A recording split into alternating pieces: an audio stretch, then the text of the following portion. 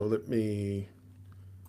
So, hello everyone. If anyone is to all people who are logged into our second live session, um, my name is Henry Sullivan. I'm the author of Colosseum and the Council of Nobles trilogy, and I'm in conversation with Kristine. Hi, and I'm Kristine Madera. I am the author of God and Drag, and I'm really happy to be here. It's fun to talk with you, Henry, because we both have some really kind of overlapping, interesting views of the world. Yes, we do. The last time we talked about it's a quote that actually goes, "The finger pointing at the moon is not the moon," Mm-hmm. and I was introduced to that quote by Kristine, but I amended it a little bit to, "The finger pointing at America is not America." We Mm-hmm. had a discussion about that. Our discussion this week is about inalienable rights. Mm-hmm. Um, the idea that human beings have rights that are by virtue of being human, that are not granted by governments, constitutions, or a god. Mm-hmm. So that's what we will be talking about today. So, Christine, what are some of your thoughts about the idea of? I guess I should start by saying I've recently heard a discussion about that, and I was inspired by it. But I guess the cynical side of me um, kind of felt like I wonder, I'm skeptical whether or not it's still an inspiring idea, the idea that all human beings have rights by virtue of being human. So I guess my first question to you is, what do you think about that? Do you think that I'm just being overly cynical, or Well, it's not hard to be overly cynical these days, but I do think actually because we're moving toward more cynicism, that an idea that we have inalienable rights separate from governments and gods and that kind hmm of stuff is actually even more inspiring because it gives us a different paradigm to begin to look toward for maybe whatever is next, as all of this chaos is underway and beginning to disintegrate. We need to build what our next phase is on something, and I think building it on the idea of inalienable rights is not a bad one. And so it'll be interesting to see if that inspires more people to think about it that way. But no, I think it's actually more inspiring the more cynical that we get. okay, that's interesting. I mean, one of the things that I love about the idea of rights by virtue of being human, number one, it just makes sense to me. Hmm. But I'm a civic minded person, and I think one of the things that we talked about in 2 weeks ago is that it feels to me like being civic minded and being ideological in the political sense is a subculture in our country, at least. It's not a Yes. general thing. Hmm. Although I have been kind of inspired though. It does seem as though um, after all these years of just information messaging about like rights and freedoms and all that kind of stuff, Hmm. that people may not be able to articulate. They may not even be able to come up with the quote, "We hold these truths to be self-evident that all men are created equal." If you shove a microphone in people's faces, they may not be able to come up with that right off of the top Right. of their Right. head. But at the same time, when you drive up on into a neighborhood with a mask on, jump out of your car and grab somebody, people Hmm. do feel like they have a right to, like the person you grabbed has rights regardless Hmm. of whether you Yeah. claim to be authority or not. And people feel like they're entitled to speak out against that. Hmm. And so, like, that sentiment is very common in our society, even Yeah. if the actual phrase is not as commonly known. You see what I'm Yeah. saying? And the phrase itself, I mean, life, liberty, and the pursuit of happiness, are little amorphous to really lock yourself around. And people will call on them for different things. And actually, I think the original before it got changed to life, liberty, and the pursuit of happiness was life, liberty, and property. So because we had this very reactionary group of people who didn't want England to be able to take their property, and the property rights of kings were very specific, and the Hmm. property rights of non-kings were to basically usurped at the pleasure of the king. And so for people to have their own property was a big deal, but then that got to be that was kind of voted down, I guess, and pursuit of happiness was put in there because it was broader than property. So, those were some ideas that people had that were kind of inspiring at the time, life, liberty, and the pursuit of happiness. And then, they tried to create some laws and stuff around that. But we've been sort of calling on that ever since then. And we have different ideas, I think. We talk about America a lot, different ideas in America about what is life, what is liberty, and what is the pursuit of happiness. And so we kind of argue over what those rights are, even if we have a phrase. Well, I'm sort of smiling because that pursuit of happiness one to me is another reason why the like having as a basis, we all have rights by virtue of being human makes sense as well because one person's happiness may actually be another person's like obscenity. Hmm. So in other words, the thing that makes you happy might be obscene to somebody else. So Right. And I think that's very valid. And I think that the tension point between that is when one person's happiness begins to infringe upon another person's happiness. So, like, if my happiness requires that you be unhappy or that I have control over you in some way so that you are, I can control what your happiness is, I can control your actions, I can control this, or I'm some way harming you. If your pursuit of happiness is harming somebody else, then I think that's sort of that line that pursuit of happiness is not really not so much that it's not valid, but it is not part of inalienable rights because those rights infringe upon somebody else's inalienable right.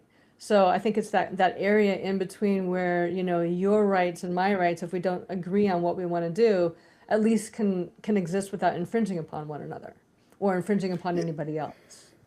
I mean, I agree with you, but the thing is it seems as though we always seem to have this group of people who who talk as if they've been somehow put upon, Mm-hmm. but when you really investigate what their grievance is, Uh-huh. it's all about what someone else is able to do, like what's Right. how someone else is behaving, and they Mm-hmm. just feel like I shouldn't have to exist with the knowledge that someone else is existing in this way. Because I mean, Right. the truth is, Yeah. it's just like if you don't want to see it, you can always turn off the channel, That's turn right. away from that YouTube channel or whatever. Yeah. But these are people who, in addition to being offended by this thing, they fixate on it. So it Yes. might actually be the thing, like their relatives are kind of tired of them talking about it because whenever Mm-hmm. they see them, it's like, "Hey, Grandma, how you doing? Have you seen that boy over there?" It's just like, I mean, it could Yeah. be the thing that they always think about and talk about, and Mm-hmm. it's just sort of like, God, why is it they won't stop talking about this one thing?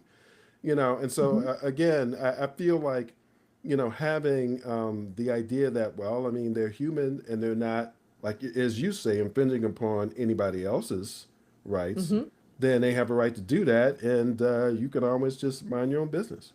That's right. Because there's all kinds of stuff that go on that we don't know about.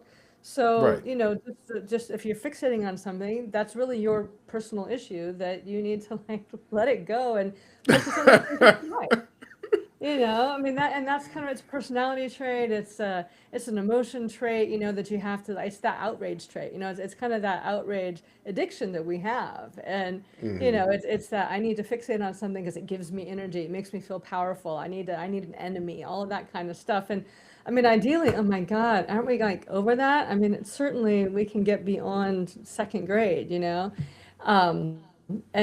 I don't begin know. to redirect our own I know, redirect our own attention to the things that we want to pay attention to and we want to increase more of instead of the things that we want to, fight and control and all this kind of stuff. So, Yeah, and I'm a little bit, I know you're a civic-minded person and a political person. I'm more of a system person. So like when we Hmm. brought up, or you brought up the idea of that we all have inalienable rights by virtue of being human that aren't given to us by God or governments or anything like that. Like I immediately go to, okay, how do we create a system that actually starts from there? Okay. And so I am less interested in fixing the system that we have and more interested in looking at things like, if we had a common value in humanity that we all have rights and we have a sense of what those rights are, how do we build from the ground up a society and a global society where, everybody has those rights and can build up around those rights. I mean, that's kind of fun for me. So that's is exactly where my mind goes. It goes less to, how do we express that in today's world, and more like, how do we create a new world? Well, as it happened, I have a strong feeling that you will have a once in a lifetime opportunity A lot of people talking about that, so maybe that will to, be true. to create a system from scratch. So what do you think? Like, what? How do you have you thought about that? Like, what kind of system Oh yeah. can you envision? Oh, okay. So Well, you'd be able to. and it's not from this quote particularly. During COVID, we're all on lockdown and stuff like that. I have this little neighborhood that I live in, and I, didn't have work or anything like that. So I'd walk around my neighborhood a lot, and I had this character that had kept coming to me as a fiction writer.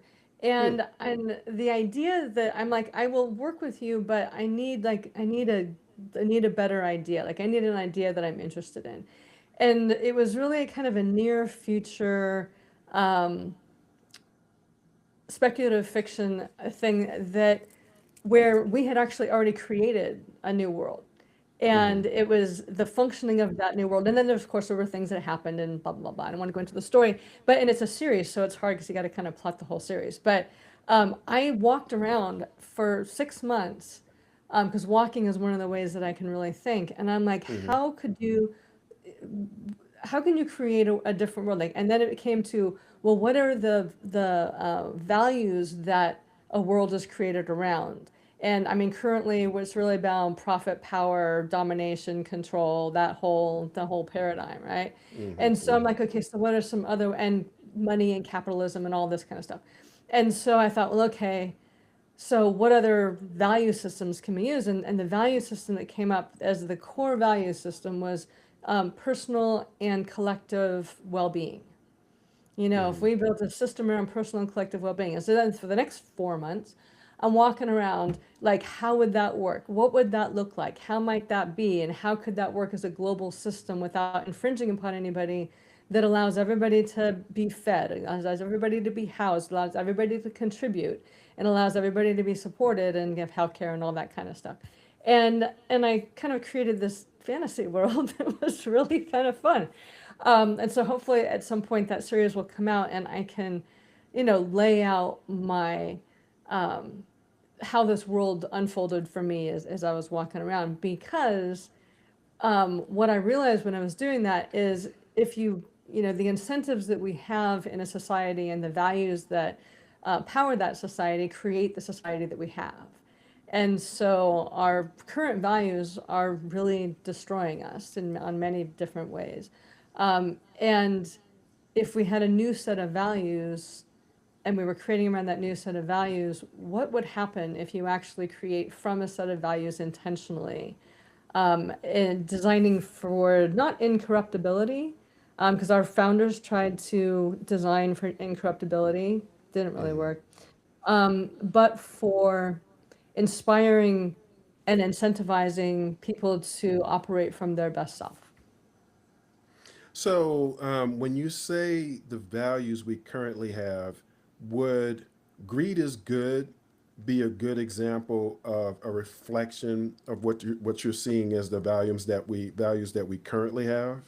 You remember that, right? Greed is good. Oh, yeah, I remember that. Yeah. Michael Douglas. Yeah. Greed is good. Um, yeah. So, and that's sort of an expression of it. But I mean, if you look at the incentives and the core values that we operate around, our core values are domination, profit or greed, me, myself, and I, disregarding you.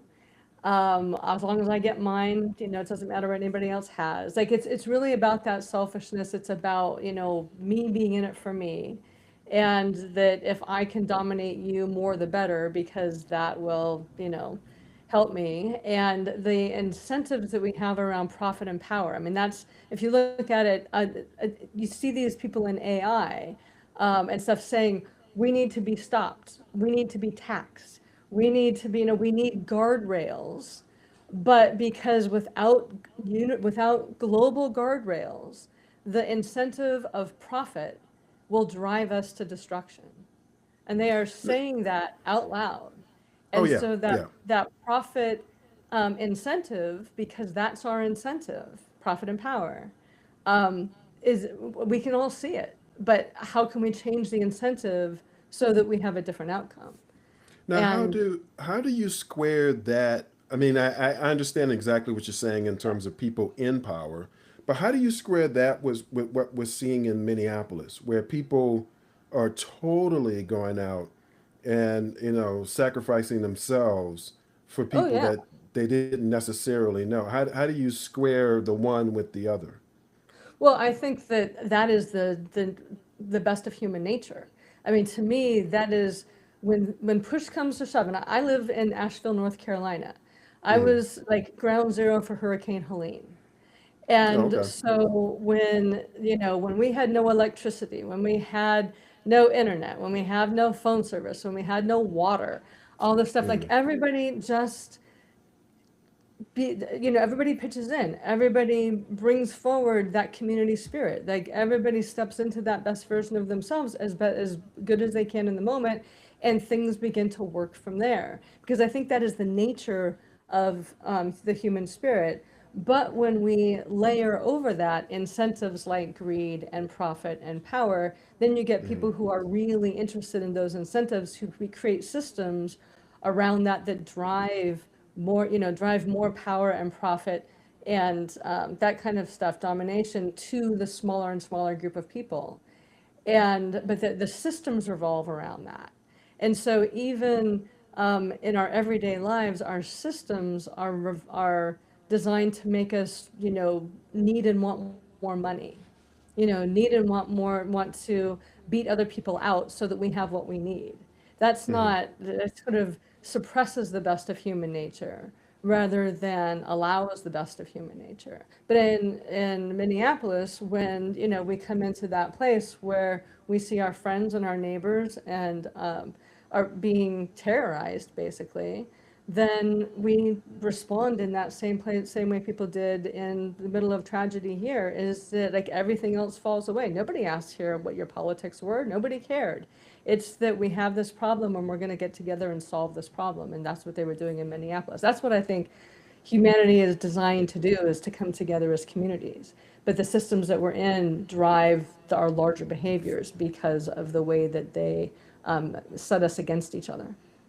So, okay, I just want to make sure I'm understanding what you're saying. So it sounds like what you're saying is that on the one hand, you believe human beings are naturally inclined to For be the most part, yeah. good, exactly, to behave in good ways and be cooperative and compassionate and all that kind of stuff. Yeah. But the system that we have constructed, or the system that we find ourselves in, is Mhm. basically discouraging that natural inclination. Is that what you're saying? Yes. And Okay. if we have, if it, and if you think about like incentives and how we incentivize things, like if you think about the Super Bowl. So I would always, every year for a while, and nobody paid any attention, would write a re-release article about how the Super Bowl is really a celebration of cooperation. Because even though we celebrate the competition, we have 4 hours of competition, and then you have to put a show in there. But we have hundreds of hours of cooperation within a Hmm. team to be able to get to that level of competition. And we Hmm. kind of like poo-poo all of that. But you look at any business, you look at almost anything that we do, the military, all that, it is mostly like 95% cooperation and Hmm. 5% competition. We have just elevated the competition to something that we revere. And we kind of poo-poo the cooperation as like woke or something.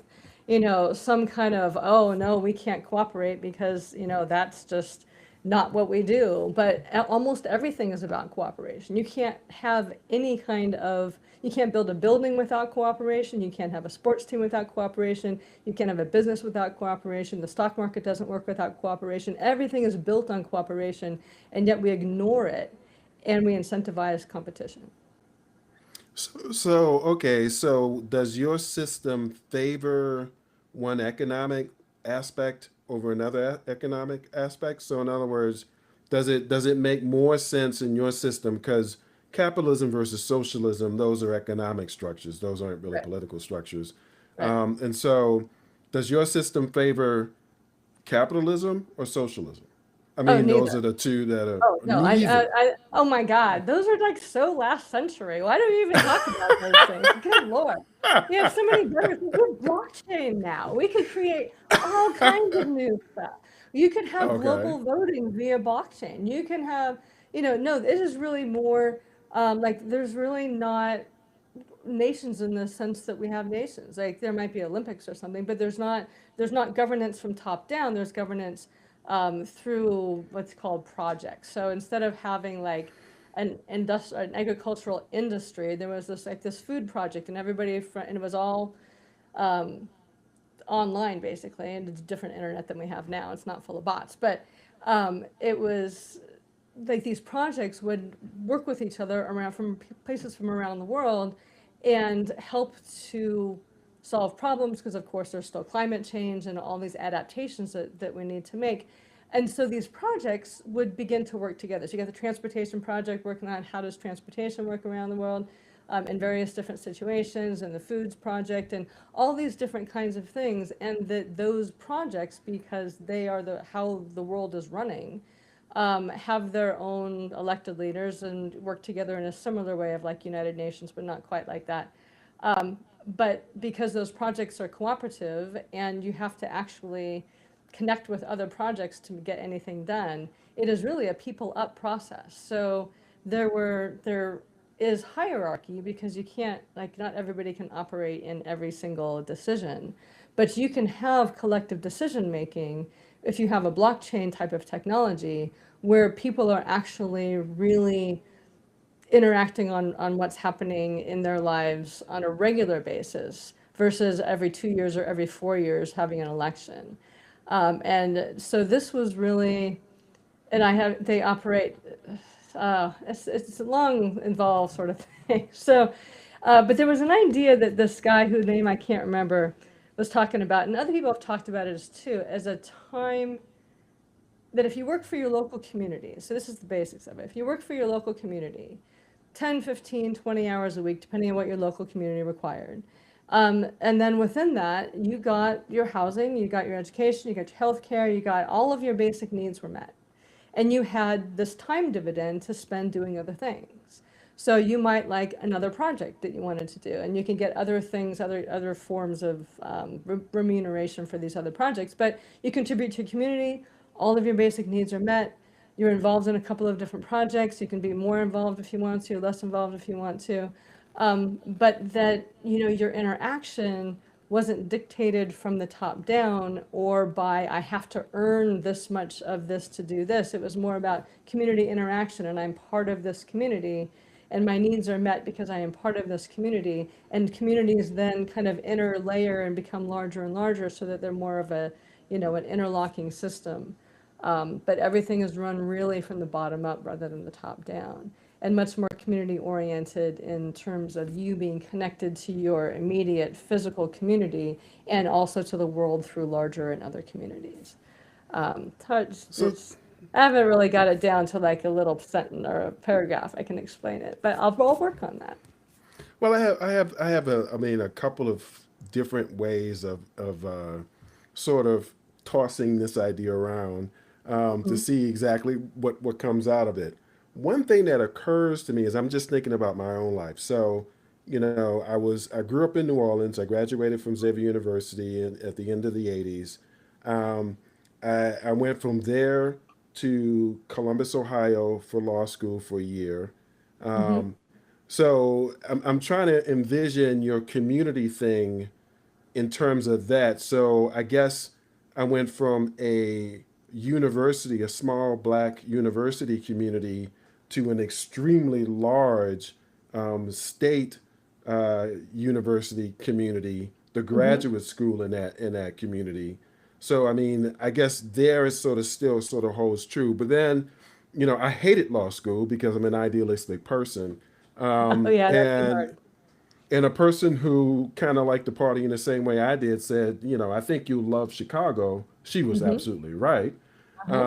And so I went from what felt like a boring, constraining, kind of community in the law school community at Ohio State Hmm. to an extremely enjoyable, community in Chicago with house music and Uh-huh. blues and jazz, and barbecue and stuff like that. So, but I'm trying to envision if the country were the way you're describing, how would I go from those communities? Because I mean, I've done that a lot in my life. Hmm. I've gone from one community, I mean, from Hyde Park in Chicago to Oak Park, from Oak Park to, I spent some time in Albuquerque, New Mexico, Phoenix, Arizona, you know, um, a bunch of different places. And Yeah. so how does that work? So, I mean, are people just welcomed into these new communities? How are they connected? I imagine Um, there'd be a mechanism. Like there's a mechanism now, even though we think about you can move anywhere, but you have to have the money to move there. You have to be able to find a place to live. Like, there's still constraints when you move to a different place. But no, I imagine that you could move around in different communities, and I hadn't gotten to where people were doing that so much because this is a YA novel, so it's more the teenage level, so they're not I really got you. moving out to other communities. So a little bit different than that. Okay. But no, I think there'd have to be a mechanism for things like that because people like to move, they like to try new things, and if you're not really into your community, being able to find another community, I think, is a natural thing. But so how this kind of worked is not, I hate to use the like social credit, like, because the Chinese do that, and that's a very top-down kind of control system, but Hmm. um, a credit system that, you do your 15 hours of credit for your basic needs, and then, you've got other ways that you can interact for more resources to do other things, including potentially moving around, traveling, all of that kind of stuff. Um, and I imagine in a community, just like now, if you were going to move into a community, like you moved to Chicago, you had to find some way to contribute to Chicago, because Chicago was certainly helping you. So, I think there'd be a little different mechanism for that kind of stuff, but I think it would almost have to be, it would have to be, in my world, it would be possible. I just Okay. haven't, and I've thought about that, but I haven't, it just, in the age group that I was working with, it wasn't really in a contained world. It wasn't as, I wasn't thinking about this in terms of our world permanently. I was thinking this in terms of my book, but Okay. yes, there's that mechanism. And in the book, there are certain ways of doing that that were easier, and I hadn't really explored, like if I just wanted to go move somewhere else, what would I do? Well, the other thing that occurred to me is, are you familiar with the network state concept coming out of the techno oligarchs? Are you familiar with that idea? I heard something about that quite a little while ago, but tell me more and let's talk about it. So the idea, I mean, they love the fact that you brought up blockchain, Uh-huh. and stuff like that because that's exactly what they're thinking. I mean, in fact, apparently, um, Jeffrey Epstein was basically talking about that in his emails in very very poor grammar, but still, those are the things that he was discussing, and Uh-huh. um, and so like the idea of a network state is almost like you have these corporate structures sort of entities, Mm-hmm. where it's a city but it's not really a city that's connected to a country in a way that like Phoenix, Arizona is part of a Oh, county right. in the state of Arizona in the country of the United States of America. It's not really like that. It's more like Company X's Right. city. Country is government. I mean, corporation is country. Corporation is government. So it's still Yeah, top it's down. government, exactly. It's still controlled. It's still, and I think that's the mechanism that's the problem. Like we have wonderful emerging technology, and you Hmm. can use it for something that supports inalienable rights and the humanity of all beings and supporting the well-being of everybody on the planet, or you can use it to dominate and control. It's like money. You can use money for wonderful things. You can use money to really hurt people. Mm-hmm. So money in and of itself is just a technology, basically, Mm-hmm. that we can use in different ways. And the same thing, like blockchain really just allows us to have transparent transactions on a large scale, and you have those tracked through a blockchain. But you can use that for global voting for wonderful things, or you can use that to control everybody. It's just the intention behind the use. So I have like that whole network state thing, like the government control. No, not into that. But the technology can be used in other ways. Okay. So how do you incentivize innovation in a community like that? Because it seems to me like that's one of the challenges for the much older communities over on the other side of the Atlantic is Hmm. that they have what to us look like really strong social network, social states, like supporting the citizens in Hmm. ways that, some Americans find obscene, to be frank with you. Hmm. But, on the other hand, they don't seem to be very strong in terms of the innovation side of things. Like they don't, they're not like reveling in creative destruction and all this other nonsense. Um, so I mean, how do you generate innovation in your community, or does it stay pretty basic? In other words, No, I does it think it's stay? not in mine. Like I said, not in my book series. No, there's actually they're, moving into galactic exploration. So Really? it is, yeah. I mean, it's a very, but it's the incentives to get there are different. And actually, that's the whole premise of the series, in many ways, is who controls Earth's and humanity's interaction with the galactic, whatever's Mm-hmm. out there. Do Okay. we entrust it to governments and corporations?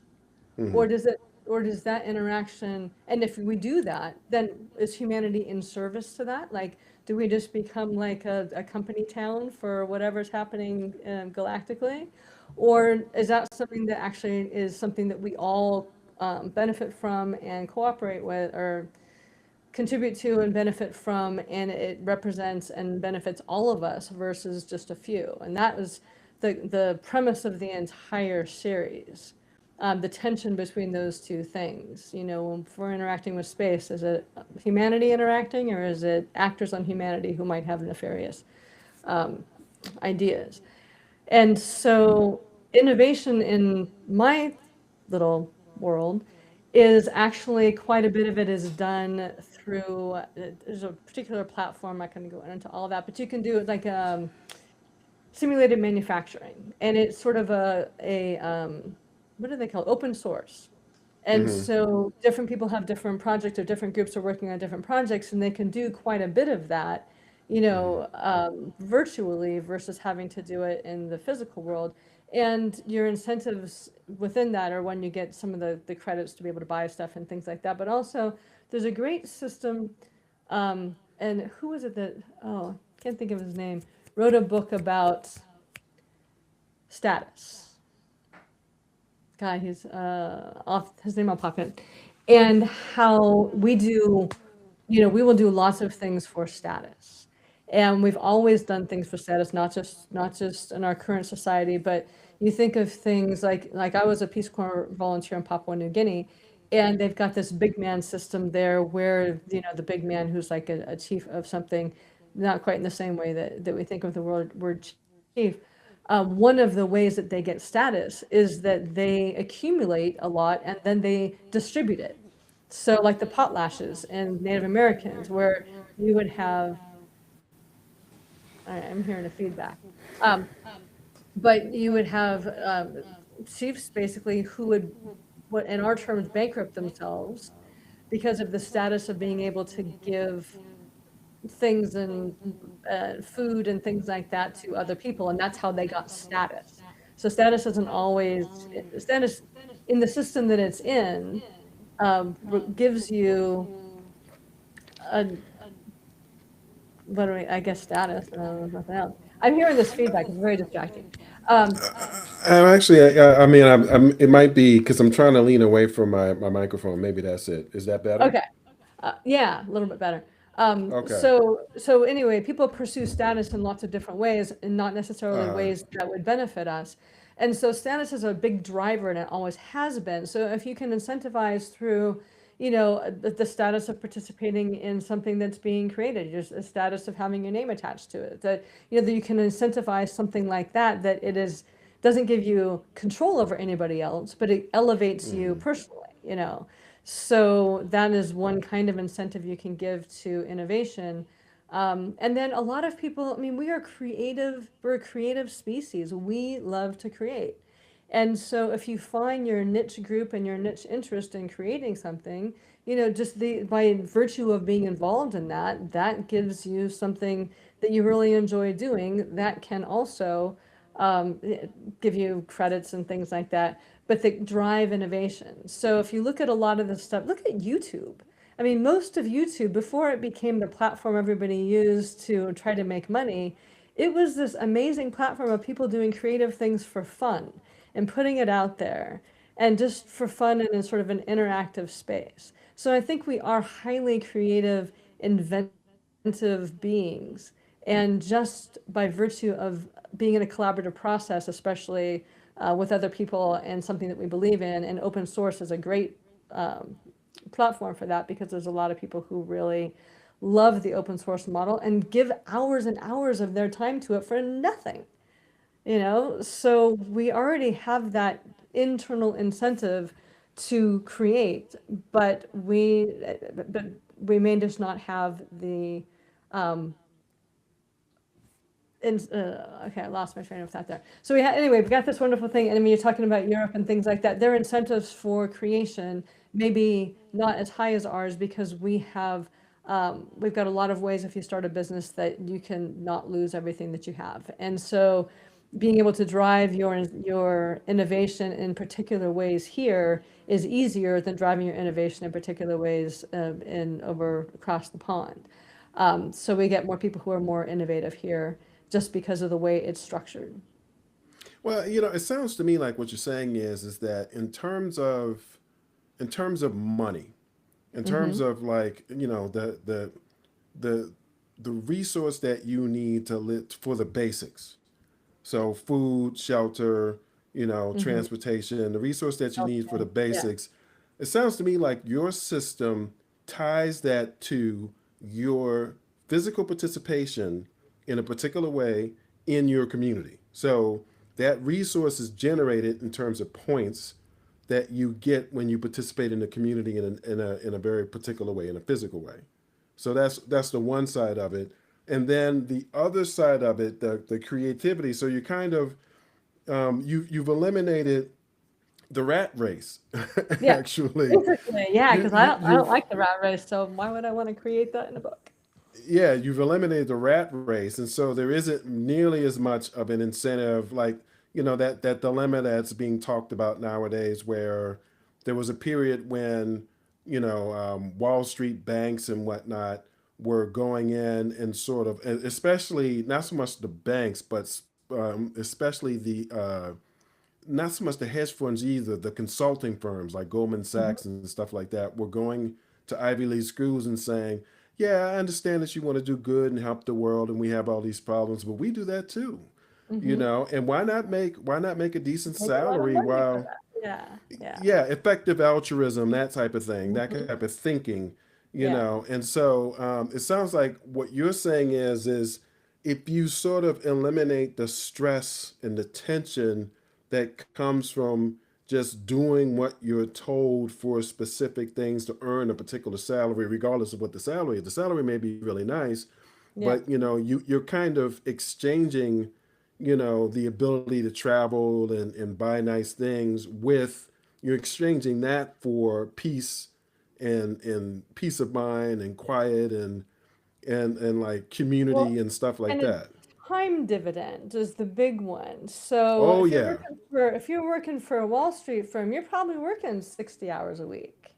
Or you're unless you're you're working the your top ass off. dog. you know? Yeah. And so in my, I thought, what do people really want? And when you listen to what people really, like ordinary people, not necessarily people who like have to have 10 Lamborghinis or whatever, but if you, or all the power in the world, but if you listen to what people really want, they want time. They want time to spend with their friends. They want time to do what they want to do.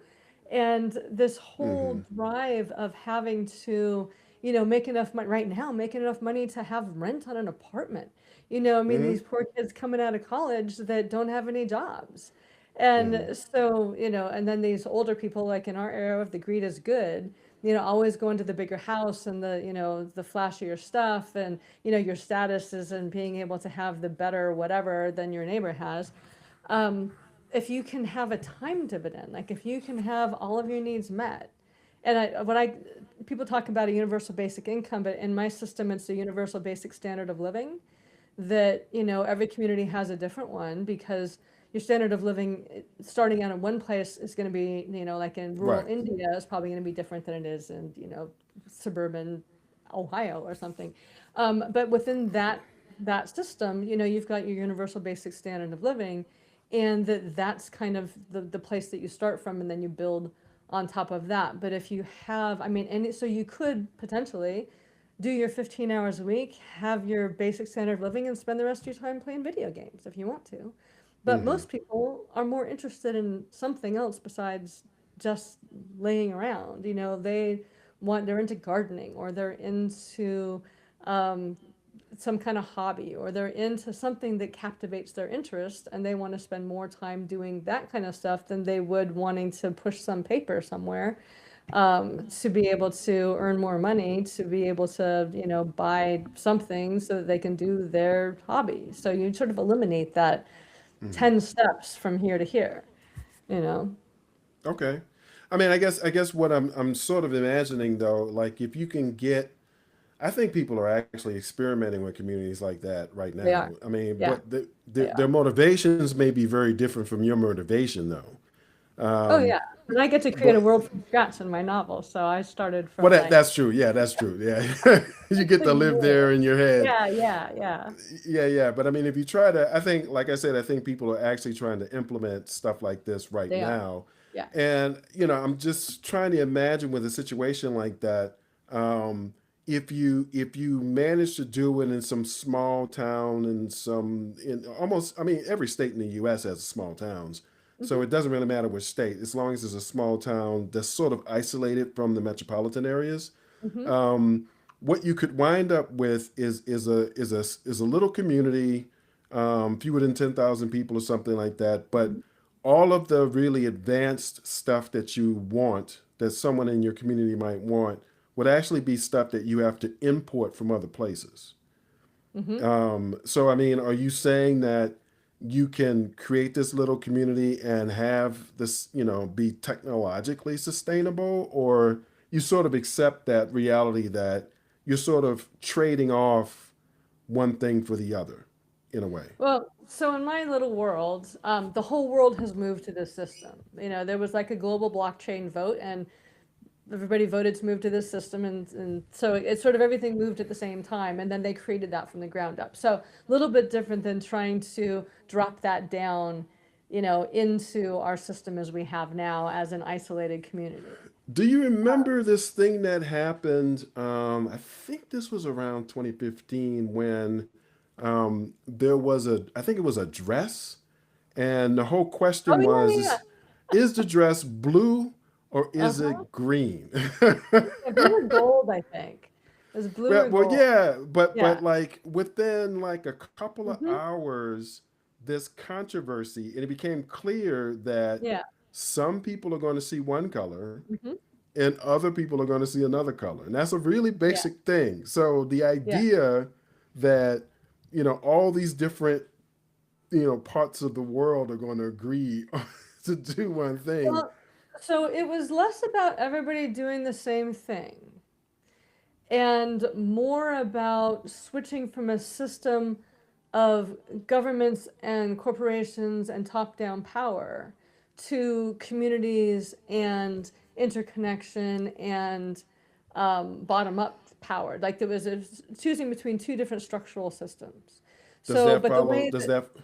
Does that follow a catastrophe? Like, does that follow something where? It follows a critical incident, but not necessarily like it's not like there's an apocalypse and this happens. Okay, It's more there's a critical incident and there's the ability to make this change, and so and the critical incident has actually changed. So I would need to organize that critical incident a little bit differently.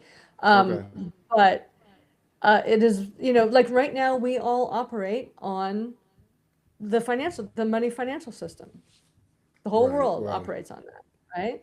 And so mm, if you switch that out to operating from a different system, all of a sudden everything has to change. And but every different area is going to have to implement it their own way. So it really takes it from we all have to adhere to this financial system to we're all going to be community based and it's going to be something that you create individually. So it's actually gives you, in my view, a lot more freedom and a lot more ways to build something up from one community to another, one ethnic group to another ethnic group, one religion to another religion, to do it more individually than right now where we're very homogeneously connected to the financial system.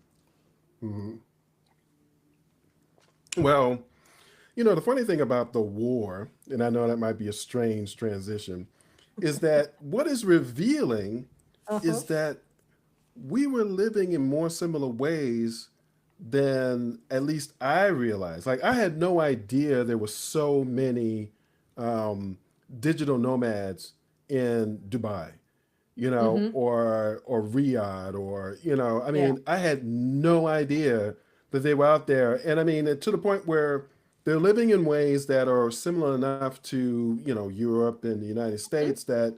Like when the bombs start coming, they're just like, "Hey, what's that?" And they pull out their phone and they're like showing, and stuff. Uh-huh. Did you see that? And it's just like, "Oh my God, I just heard an explosion." And I mean, and so it's just fascinating to me how even though we do have I mean, the systems all have different names. So the assumption is that in the Holy Land you have these Mm-hmm. theocracies, and of course, you have the Republic of Iran. So that is a very clear Yeah. Theocracy. theocracy. Yeah. Um, but you wouldn't necessarily assume that Saudi Arabia would have some All cities at right. You've least where frozen people are on living. me. Did I freeze? Yeah. Yeah. Yeah. Now you're back.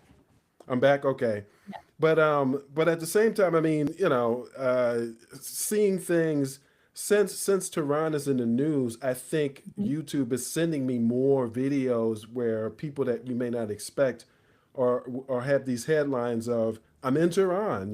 Like I saw a video. There's a black guy who did some about a year ago. Mm-hmm. Um, and so I guess on the one hand, I think the idea that like the world would never agree to sort of have a similar sort of system kind of is belied by the reality that if you look around the world, you'll see very similar systems all over the place. We just don't think of it that way. Cell phone technology, the way people are using cell phones. Like you Yeah. said, YouTube used to be a place where people just kind of posted all kind of stuff for fun, and now people have figured out ways to make money from Mhm. posting things on YouTube. But at the same time, that's a global market in a lot of ways. Um, Well, so define the world then. I mean, that's, I think, where it breaks down. The world, as in the governmental world, would never agree to that. right. But look at that. We are all using cell phones. We are all using similar apps. I mean, there's infrastructure that has been built that we can Hmm. cannect with, Hmm. and we can create from that are There's a certain independent of the governmental structure. So, I mean, if you think about it, there's already all kinds of interoper systems in place that interoperability. Yes, it's already yeah, there. there's systems in place that we could build on to create something that is much more, I don't want to say democratized in the governmental system, but much more, democratized in the sense that we as individual humans can work together and play together and contribute to one another outside of the governmental structures that dictate our lives from country to country. Fascinating. Okay. Yeah. I mean, I just think there's a couple of cards that if they got pulled, might really change things, you know? So hmm I have no idea. And this, you know, the whole thing you're talking about theocracies, or is something that came out of my YouTube today, kind of out of the blue, as those things do, that was talking about how, um, you know, the Great War.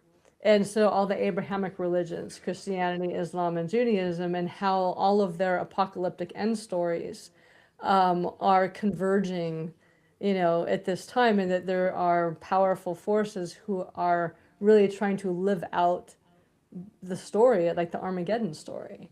oh yeah, And yeah, yeah. Oh, so, and absolutely. they're My in charge, you know, they're the one. And so if they're in charge, they're driving all of the global resources to live out this story, whether the rest of us want to participate in that or not. that is And correct. so it's just like, you know, to me, we're really learning that this, most of what's going on is not for our benefit. It is, Nope. we're living for the benefit of the small group of people who are trying to control resources and everything and don't really care if you live or die. That's And right. so, how then do we, as human beings in this collective humanity, say no? And I think there's, you know, I mean, one that's kind of sowing the seeds of its own destruction, but I think we have a lot of infrastructure that if we did end up saying no, we've got a lot of things already laid down where we can begin to connect and say yes and create in different ways. Now, it'd probably be pretty messy. I like my way better, but you know. Well, I mean, so this brings me back to my initial cynicism, which is I am absolutely amazed by how Mike Huckabee and a very small number of people, Pete Hexet, and so on, how they can have, I mean, like you said, they're basically living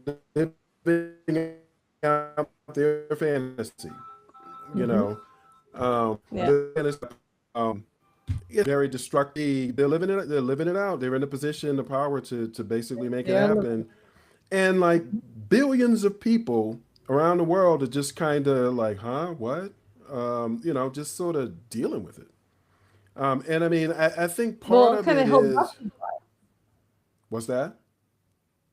but Wait, what's held that? hostage by it. I mean, you know, because individually we can't really do much, so we're kind of held hostage to the situations that we're in now. Some of us are watching it from afar, and some people are deep in it. So it's, you know, all of that. But yes, I'm sorry. Go ahead.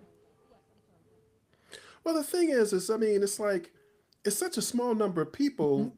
I just don't get why you have these governments who were just like, well, is this legal? I don't know. Is it legal? Well, he says it's legal. We have to take this to court, blah, blah, blah.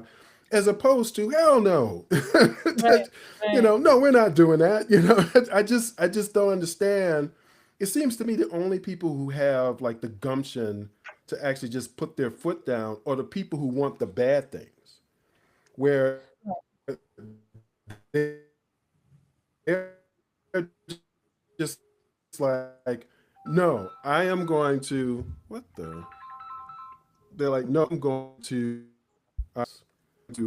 I'm going to take this. As though that's the way that those are the people who have, the most influence. Whereas the rest of the world is sort of, talking about meeting and meeting to talk and, just asking questions and just sort of accepting the completely bad faith arguments that people who have an agenda and they're just going to execute that agenda regardless. I mean, it just seems like the rest of the world is you can't meet an object that's going in one Mhm. direction by wondering by talking about it. You're going to have to put a force in opposition to it to stop it. Period. That's just the way it is. Well, one of You're the not going to you're not going to convince them not to do what they want to do. no, but I think one of the lessons that's coming from the Epstein files is how interconnected the power levers around the That's world true. actually are. That That is trtrue. Yeah, people who And you would never so, expect to know the right. same person, all knowing the same person very, very well. Yeah, that is true. And all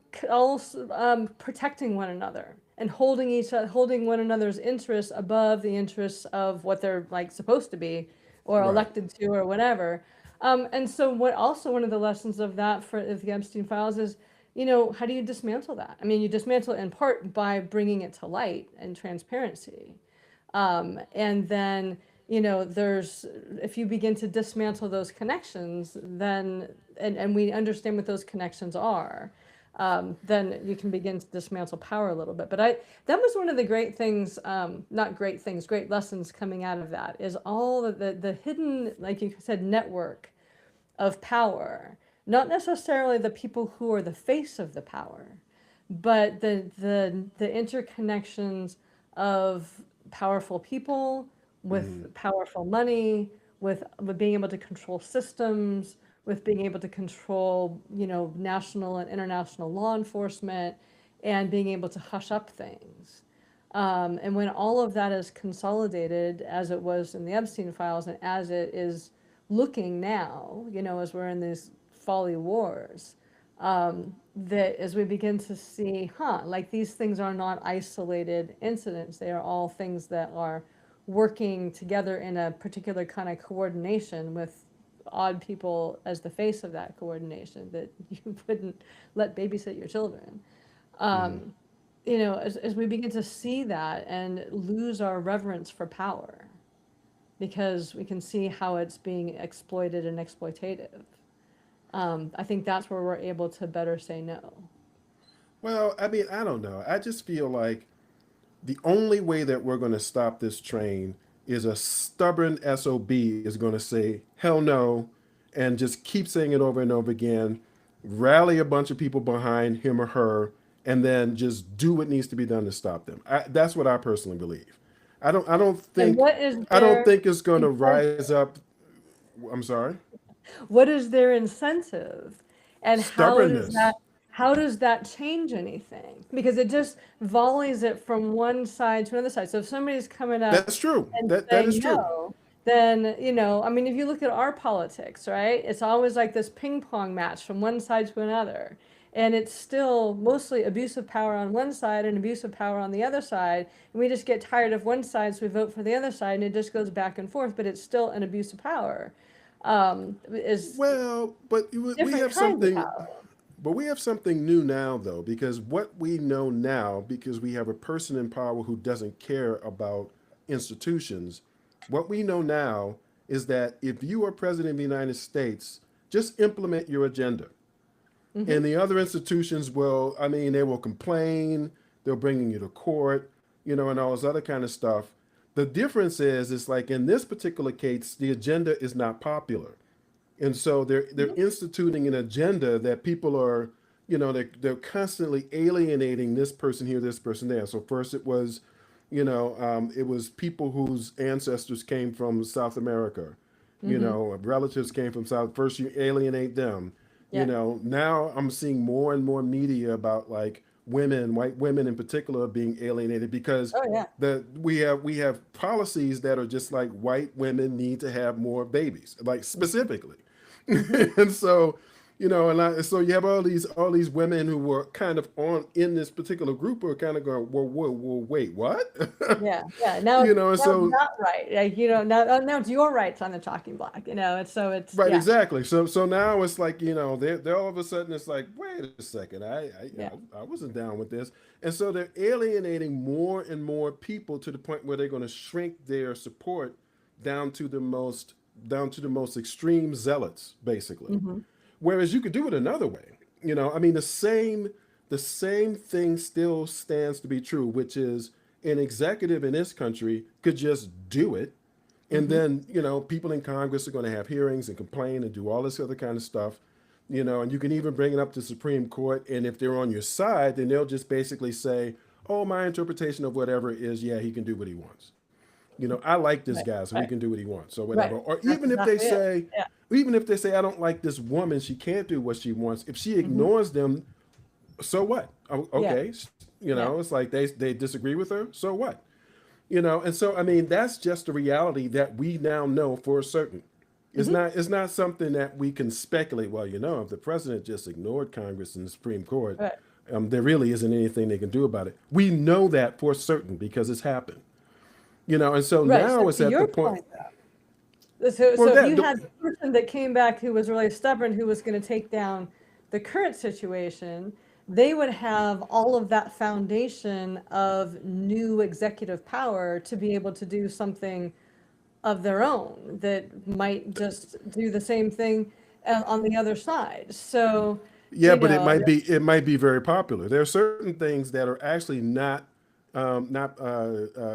partisan. I mean, they're not partisan at all. I mean, taxing billionaires is not a partisan issue, no, but regardless of yeah, what people say right, in response to YouTube shorts. It's not a partisan issue. yeah, It's an 80-20 issue. You know, and I mean the same thing is true with so many things. And so if you have a person who runs with a steadfast commitment, and mm-hmm, I can envision two specific things, taxing billionaires is one. If mm-hmm, that person runs on that and basically makes it clear, I'm going to implement this, period. You know, mm-hmm, and kind of acts as if the situation we're in now is true, which is Congress is irrelevant, the Supreme Court is irrelevant. I think that person would be hard to beat, to be honest with you. Now, I agree with you that is not a system that's great because uh-huh, you're basically going to lurch from one, you know, set of policies to the other. And it's not quite the same as before where we would lurch because at least people pretended that the that's the laws thing. mattered. Yeah, the gloves are off now. Yeah, Yeah, all the gloves are off now, you yeah, know. And so, but at the same time, again, going back to what I was saying, the forces now are determined. They are determined. They're not mm-hmm, necessarily organized, you know, because Christian nationalists and Christian Zionists don't agree, you know. right, So they're not exactly organized, but they are determined, and mm-hmm, they don't have to be in a majority to right, basically move things in a particular direction. I mean, we're yeah. at war, and Control the people are levels of just power. Yeah. yeah, and people are like, I don't know, why are we at war? What do you mean, why are we at war? Look who's in charge. All It's right, so let me like, ask you a question. Since we're kind of at the top of our hour and we haven't yeah, just yeah, circled yeah. back. Say your Right. determined, stubborn person got into control or into power. What or you know, whatever. What are the inalienable rights of being human that you would like that you would like to see honored in by that person or Well, that system? basically, you know, I love the idea, and one of the things to me is basically, it's none of your damn business. So what you believe doesn't Mm-hmm. have anything to do with how I live. Have you ever Mm-hmm. noticed? I mean, this is another thing, and again, I'm an ideological person, so I'm Right. like emotional about this kind of stuff. But to me, it hasn't really seemed as though there have been, you know, a red blue kind of divide. It seems to me the Mm-hmm. divide has actually been people who really care about other people's business and Mm-hmm. everybody else who just doesn't Right. want to be bothered.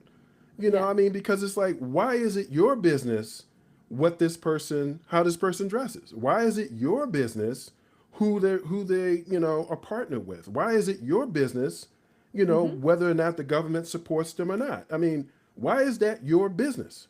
You know, Right. I just, you know, and to me, that's the basic idea. And I think you can really cut through a lot of this BS just Mm-hmm. by basically saying, well, is this really your business? You know, is Right. this woman's need to have an abortion really your business? No, it's Mm-hmm. not. It's not your business. You know, and to me, that's it's simple. It's not really Yeah. complicated. Okay.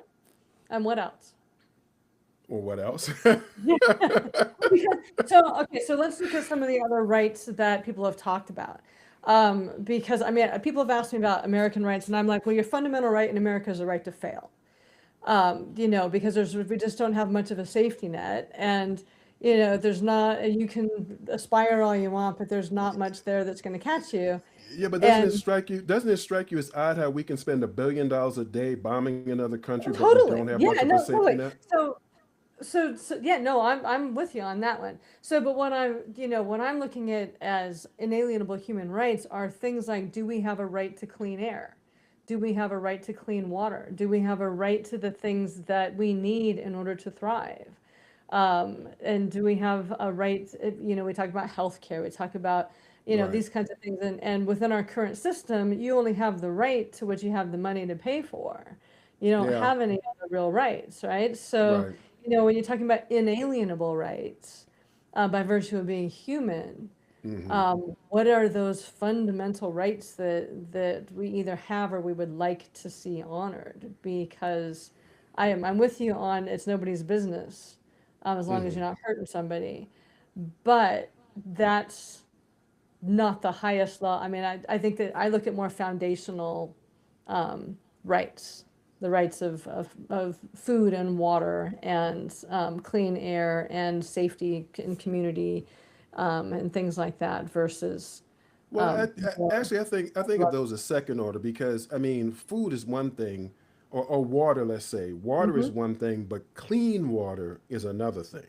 mm-hmm, I mean, water is just there, but the question of whether or not the water will be clean actually is connected to the question of whether or not you should have like a manufacturing plant up the river, mm-hmm. just dumping chemicals into the water Right, so that it comes downstream and dirties your water. I mean, so that's right. to me that's not a first order question. That's getting more into the complexity of governance today. Um, but that's kind of where I was. Those are the type of issues I had in mind in terms of, well, going back to your imaginary world and your system. Uh-huh. Like how do you deal with those types of things in that system? It sounds like in that system, you're not going to have a manufacturing plant up the upriver dumping chemicals into the water. You Right, know, and I think yours, like our cause and effects are different. So your cause and effect is if it's nobody's business that, of what you do, there's not going to be, or if you can't infringe upon somebody, there won't be a manufacturing plant that's going to dirty your clean water. And mine is if clean water is an actual right, then the way that we organize our manufacturing would would be to sustain and improve clean water. Um, well, so it's a, I wish that we could assume that everybody would agree. And I mean, when you watch, oh, am I frozen? Am I still no, okay? no. Well, When you were a you little when bit. you watch, oh, okay. If you watch cable news, and we are kind of going long, but if you watch cable news, people will say things like, "We can all agree that Yeah, we yeah. should all have clean water." When the fact is that that's not something that we all agree about. And I see three categories at least. You have people like you who assume that clean water is a fundamental right. You have people who I'm not really convinced that they necessarily feel like water should be dirty. I mean, because that's just Mhm, nonsensical. But they kind of feel like there's almost like their position is really in opposition to your position. You know what I'm mhm. saying? So it's not like they think that water should be dirty. They just don't like your statement that clean water is a right, is a fundamental right. Okay. And Mhm. then there's the bigger group of people. Well, the biggest, what I think of as the biggest group of people are people who don't really see that is in the realm of governance, civics, politics. I mean, they react to whatever the consequences are on the ground. So if the water gets dirty and they start getting affected by it, then they react to that. But, it's very difficult to connect the future, whether or Mhm. not the water is going to be clean or dirty, to a Right. decision, a political decision today to that type of Right. person. And I think that's actually the biggest group of Well, and people. that's the group that, that whole manufactured division is maintaining because it's all about reacting to what's happening in the moment In the versus moment, yeah, how do exactly, we right. look at, how Yeah, do we look at this, exactly. like for me, from a system level? Exactly. Because you can't, and that's one thing I really learned like during Hurricane Helene is a real appreciation even for our local systems and how how the water system actually worked and how the water system worked here as connected to other water systems in the area and how Hmm. all of the different systems have to work together in order to sustain anything and that nothing is really in isolation, and we don't really we're not taught that. We don't really think about that. We're really react, like you say, react to, well, this is a problem, like Flint, Michigan. This is the water in Flint is a problem, and there was this kind of corruption that created that problem. That's the only, place that it is, and we have to fight that problem versus it being, a system of corruption and greed and really dismissing the importance of the water supply for people because of the community that they live in. And so it's not a system issue. It's oh, those people in Flint, Michigan did something bad and something's wrong. And it's not divorced from this is the incentive within the system to disregard clean water for people in different communities. Okay. Well, I mean, yeah, I see what you're saying. I guess I'm not really sure how I can answer your question then about like It how wasn't really a question. what was Um, that? It wasn't really a question. I think I kind of got off on a little tangent there. Okay. But no, I think, but you're right though. We have a large group of people that react to things because it's right in their face and they haven't really looked at things from a holistic perspective. And you've got people who wanted, like me, who think clean water should be like a universal value, and people who react against it and I think they react against it because, oh, that's going to cost me something. That's gonna, that's I, gonna I, require it's gonna use my tax dollars. It's gonna use it to give something to somebody else, and we react to it on a resource level, I have a rather hard than time ascribing any kind of rationality to those people. They just seem to be curmudgeons, I swear. I really, I mean, they're always there. They're always there for whatever it is. They're always there right. for like, childcare for little babies or, and Hmm. children and universal pre-K and, Yeah, they're always there to oppose whatever it is, and yeah, to me, the rationality doesn't seem to have anything to do with it. no. So, well, it was great talking to you, Christine, once again. You too. As You too. It always goes and somewhere interesting. Yeah, we always do. We always do. And so we do this every 2 weeks. I'm assuming, Yep. are you still available? Do you think 2 weeks from Yep. now, Yep. 3 o'clock? Uh-huh. Yep. Okay, every Mhm. every 2 weeks on Friday at 3 o'clock we do this. I hope you guys thought this was interesting. Whoever has been watching, and I hope you join us next time. Absolutely.